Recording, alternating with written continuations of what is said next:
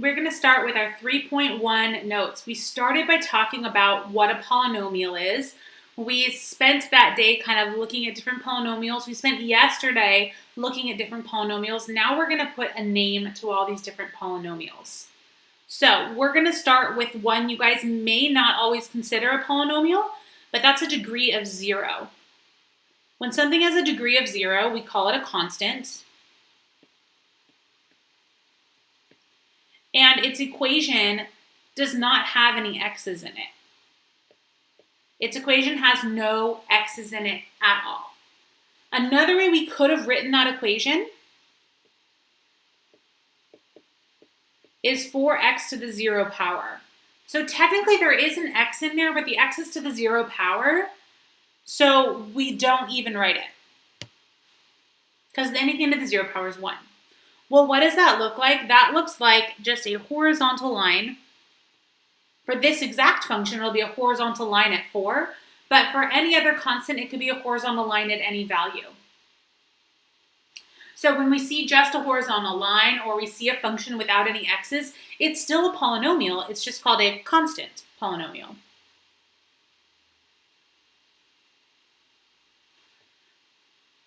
Okay, let's go up. If we have a degree of 1, you guys know what this is called.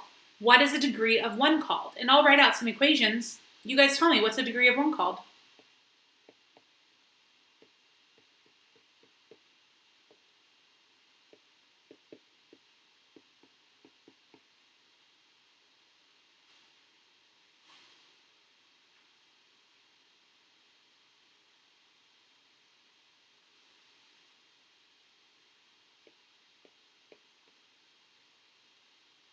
Yep, it's called linear. It's called linear.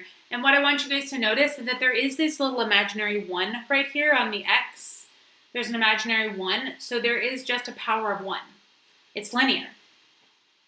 Okay, let's go up a degree. Let's go up a degree. What do we call something second degree or second power? You guys know this one also. I'm going to write some examples.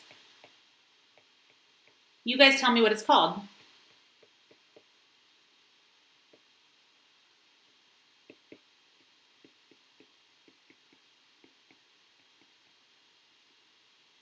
Yeah, quadratic.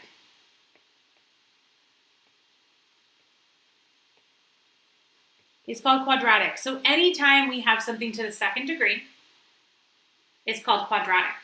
So this is that new one we just started doing. This is that new one. It's a degree of 3. Does anyone remember what that degree of 3 is called? Yep, cubic. So let's write some examples of the cubic function. It could be just x cubed. Y equals x cubed, it's called our parent function. It could be just x cubed. But we could also add any.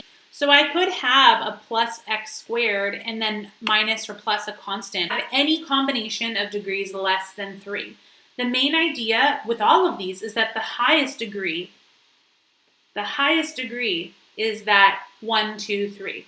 So 0 for constant, the highest degree is 1 for linear, the highest degree is 2 for quadratic, the highest degree is 3 for cubic. Okay, so we do have one more named function, and I want you guys to see if you can guess the name. I think you guys got this. So first of all, there's a pattern where quadratic, cubic. I want you to think about 4. There's a normal prefix for 4. We use this prefix for all types of things, like breaking up a basketball game into these 4 things and breaking up a dollar into these 4 things. What do you think we call a 4th degree function?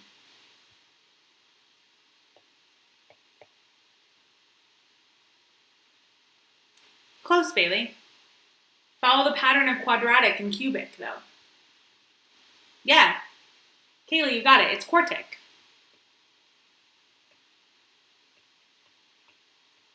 Oops.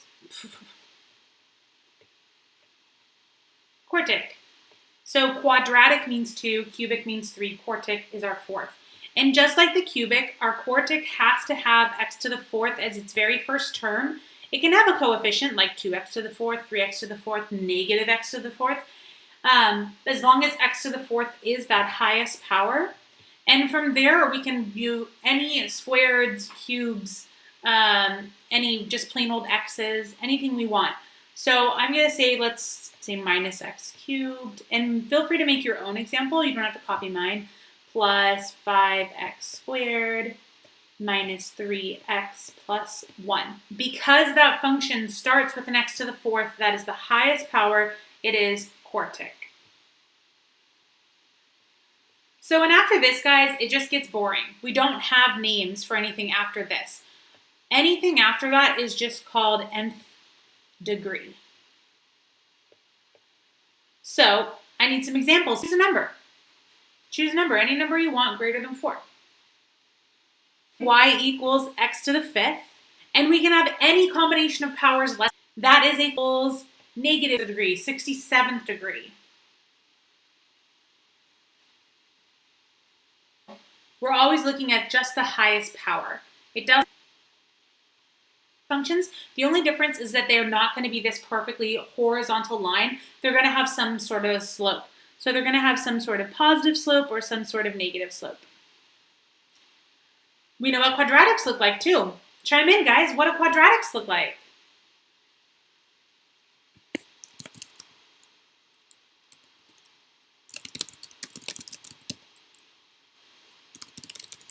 Like parabolas? Yeah, parabolas. All quadratics are going to have this parabolic or parabola type shape. All of them. So you guys got to see a few cubic functions. The cubic functions look very, very different. What they do is they kind of swoosh or swivel. They come up, flatten out, sometimes dip back down, and then keep going back up. Anyone want to take a stab at what a quartic function looks like?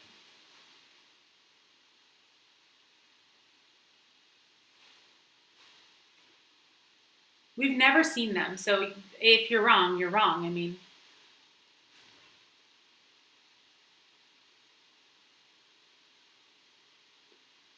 so a quartic function, they're all going to have different forms, but essentially they're going to kind of resemble a W.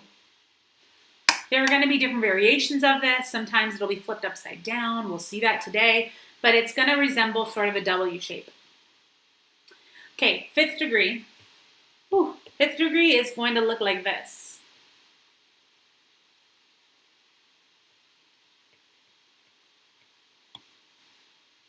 And 67th degree, I'm not going to draw that one. 67th degree, essentially,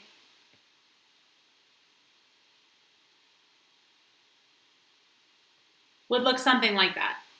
It would look something like that. I'm not going to draw that one, though. I'm going to erase it. So this is the pattern we're looking at today.